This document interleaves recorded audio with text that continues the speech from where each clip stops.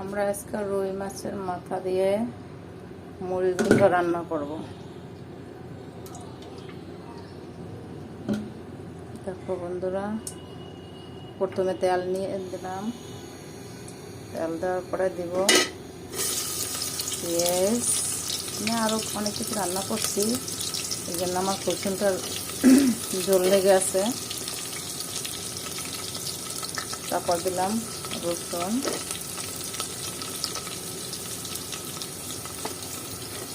পেঁয়াজ, রসুন।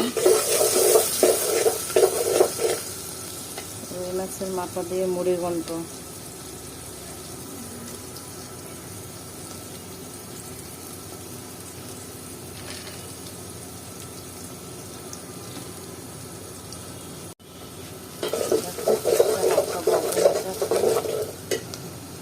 এখন দিয়ে দেব কিছু পরিমাণ তেজপাতা,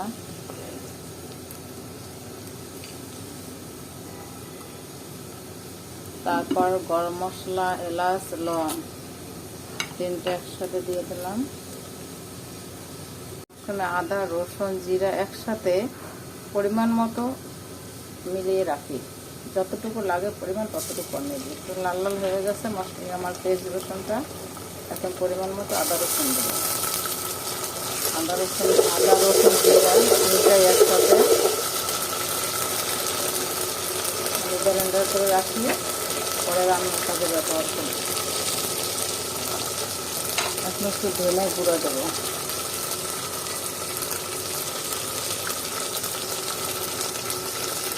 প্যাকেটের সাথে আমি একটু দিলাম, প্যাকেটের সাথেই ছিল।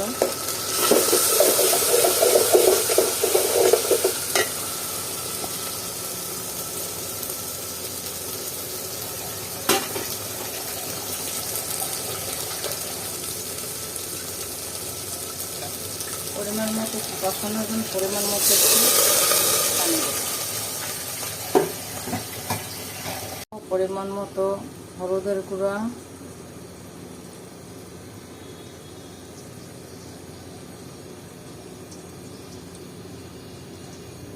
মরিচের গুঁড়া,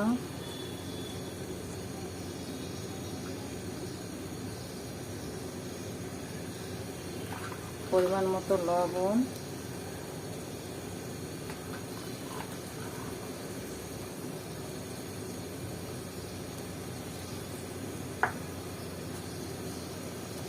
ভালো করে কষিয়ে নেব।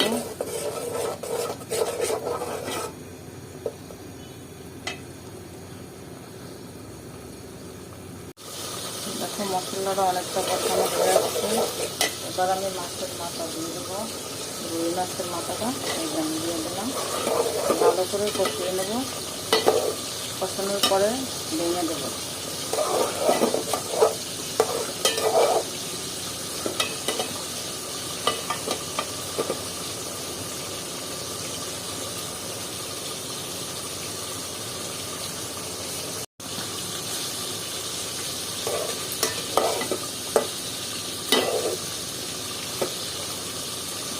ঢেকে দেবো, সিদ্ধ হওয়ার জন্য সিদ্ধ করে।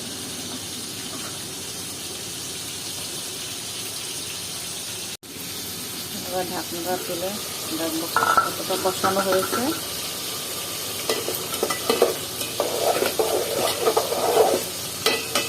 এবার আমি ডাল দিয়ে দেবো।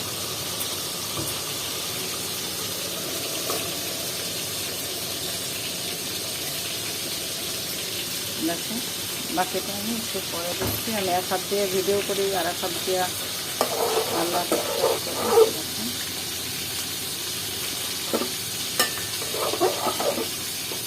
মুগ ডাল দিয়ে মুড়ি ঘন্ট। এবার এটা ভালো করে নেড়ে ছেড়ে একটু ঢেকে দেবো। দেখো মাছের মাথাটা ভেঙে দিয়েছে।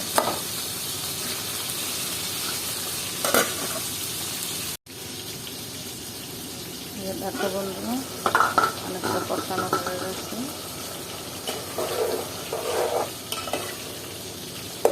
মাছের মাথাটা ভেঙে গেছে।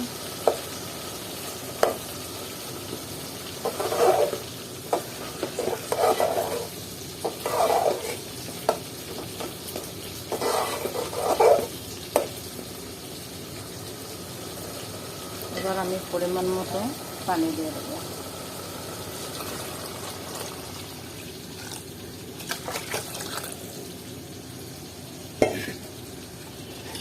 সিদ্ধ হওয়ার জন্য পরিমাণ মতো পানি দিয়ে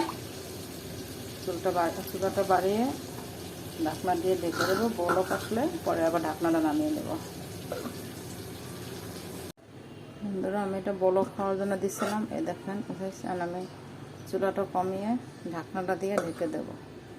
চুলাটা কমিয়ে নেব, ঢাকনাটা দিয়ে ঢেকে দেব। আস্তে আস্তে এটা সেদ্ধ হবে। পরিবেশনের আগে আপনাদেরকে আমি দেখিয়ে দেব। আমার মুড়িঘণ্ট রান্না হয়ে গেছে। এখন পরিমাণ মতো জিরার গুঁড়ো দিয়ে নামিয়ে ফেলবো।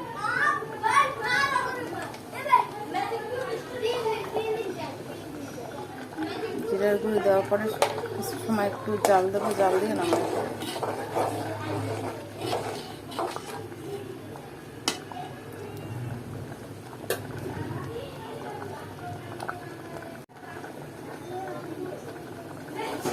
এই দেখো তোমরা, হয়ে আসছে। জিরার গুঁড়া দিয়ে দিলাম, জিরার ফাঁকি, জিরা ভেজে পরিমাণ মতো দিয়ে দিলাম। হয়ে গেছে, নামিয়ে দেব। নামিয়ে পরিবেশন করব। পরিবেশন করলাম। দেখো কতটা ঘন হয়েছে। রান্নার শেষে পরিবেশনের জন্য